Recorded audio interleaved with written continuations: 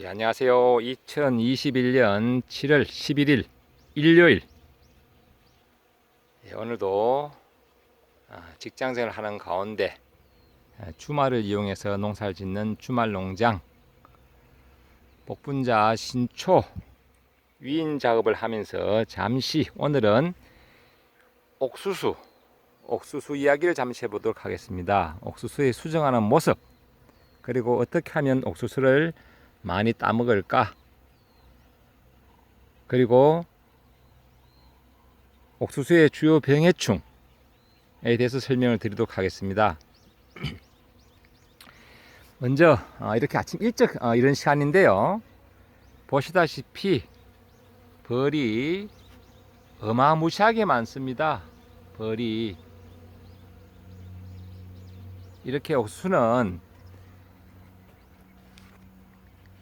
한 몸이지만은 이런 수꽃과 옥수수가 달리는 이런 암꽃이 한 몸에 따로 있습니다. 그래서 이것을 전문 용어로 암꽃과 수꽃과 암꽃, 자웅, 수꽃과 암꽃이 한 몸이 있다고 해서 자웅동주라고 합니다. 자웅동주.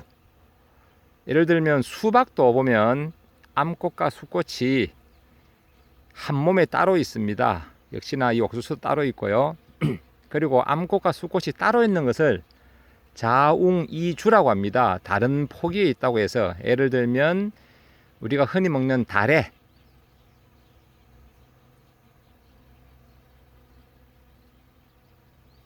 순이 보면 달의 꽃이 자웅이주입니다.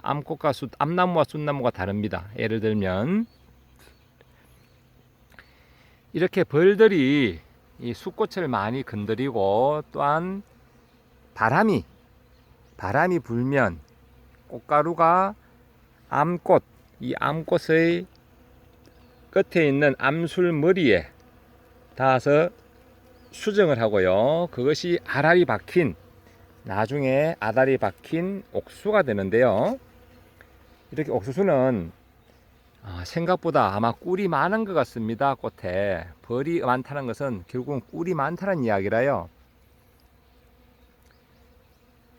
잠시 문학 이야기 잠시 하면, 영국의 극작가 버나드 쇼가 자기 묘비명에 적은 글이 참 유명한데요.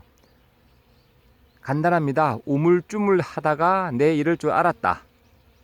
그분이 대단히 유명하신 분인데 노벨 문학상까지 받으신 분이, 그래도 마지막에 묘비명에 무엇을 적을까요? 라고 물었을 때 우물쭈물 하다가 내 이럴 줄 알았다.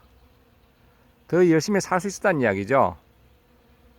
예, 벌들 참 부지런합니다. 이렇게 이 아침 이런 시간부터 장마철이라서 지금 구름이 꽉 끼고 날씨가 안 좋습니다. 안 좋은데 이런 와중에도 벌들 참 열심히 움직이는데요. 참고로 옥수수를 많이 먹는 방법, 잘 먹는 방법, 이 주말 농장에는 일단 옥수수는 심는 간격을 따로 하는 게 좋습니다. 이게 갑자기 익어버리면 갑자기 다 먹을 방법이 없어요. 그래서 심는 그 간격을 약 25일에서 30일 간격을 두면 순서대로 익는 대로 옥수수를 먹을 수가 있고요. 예를 들어서 한 10일 정도 간격을 두면 나중에 갑자기 거의 같은 시기에 익습니다. 왜냐하면 봄에 온도가 지온이 낮기 때문에, 지온이 상승한 만큼 이 옥수수 성장 속도가 나중 가면 거의 같아집니다. 그렇기 때문에 최소한 20일 이상 간격을 두는 것이 옥수수를 주말 농장 하시는 분들은 많이 유용하게 따먹을 수 있는 그런 방법입니다. 그리고 나중에 익은 옥수수는 또 나름대로 익은 옥수수는 옥수수 차를 끓인다든지 아니면 미숫가루 재료를 만든다든지 다양하게 활용할 수 있으니까, 또 갑자기 많이 익어도 또 나름 활용할 수 있습니다. 자, 그리고 옥수수에 많이 발생하는 병해충, 옥수수는 뭐 균핵병 이런 것도 있지만은 병은 큰 문제가 없고요. 원칸 건강하고 강한 녀석이라서 문제되는 충이, 해충이 진딧물과 조명나방 두 가지입니다. 특히 옥수수는 진딧물이 좋아해요. 진딧물.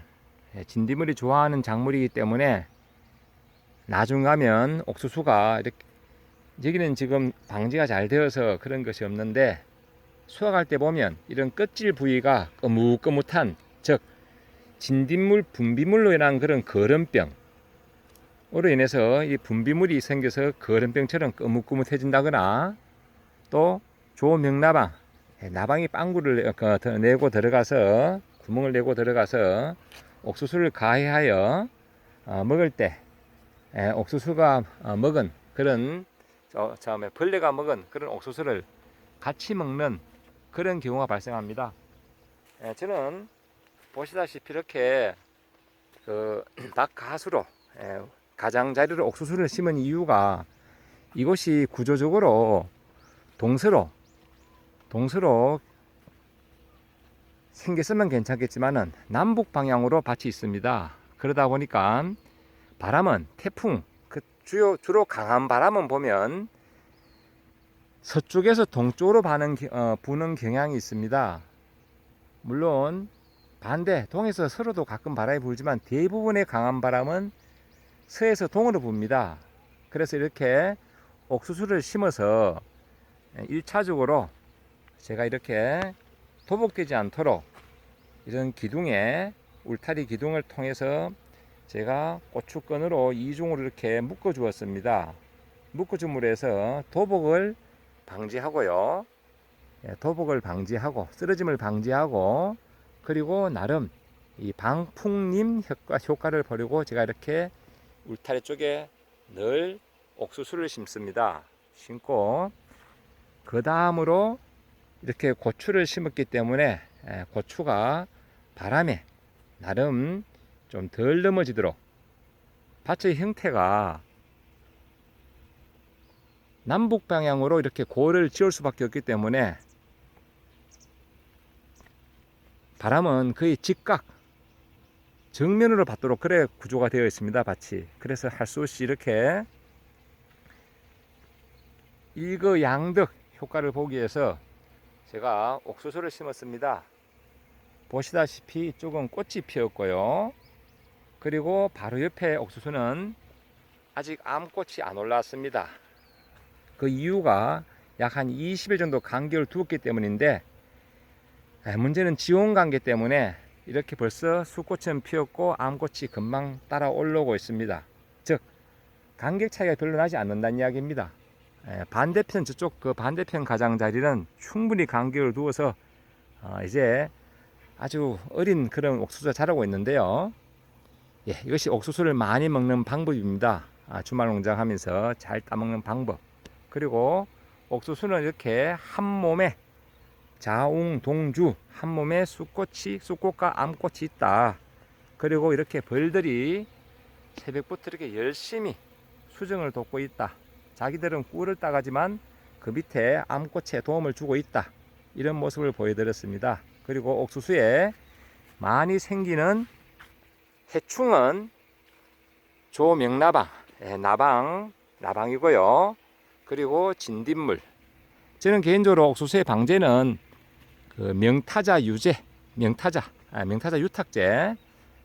명타자와 그리고 진딧물약, 모벤토 두 가지 섞어서 살포를 합니다. 특별히 별도로 살포를 하지 않고 저는 또 고추 약 칠 때 한 번씩 대충 뿌려줘 가지고 그렇게 관리를 합니다. 몸이 건강하면 병이 생기지 않듯이 고추, 가지, 이 모든 것 마찬가지입니다. 이 비배 관리 대단히 중요합니다. 비배 관리. 오늘 잠시 옥수수 이야기를 해봤습니다. 옥수수의 수정하는 모습. 이렇게 벌들이 많이 옥수수 쑥꽃을 좋아한다. 벌의 양을 봐서는 아마 이것의 꿀이 대단히 마른 것 같습니다. 아마 거의 아카시아 수준 정도는 안 되나 싶습니다. 그만큼 벌이 좋아하는 것 같습니다. 예, 오늘은 옥수수 이야기를 해봤습니다. 오늘도 건강한 하루 되세요.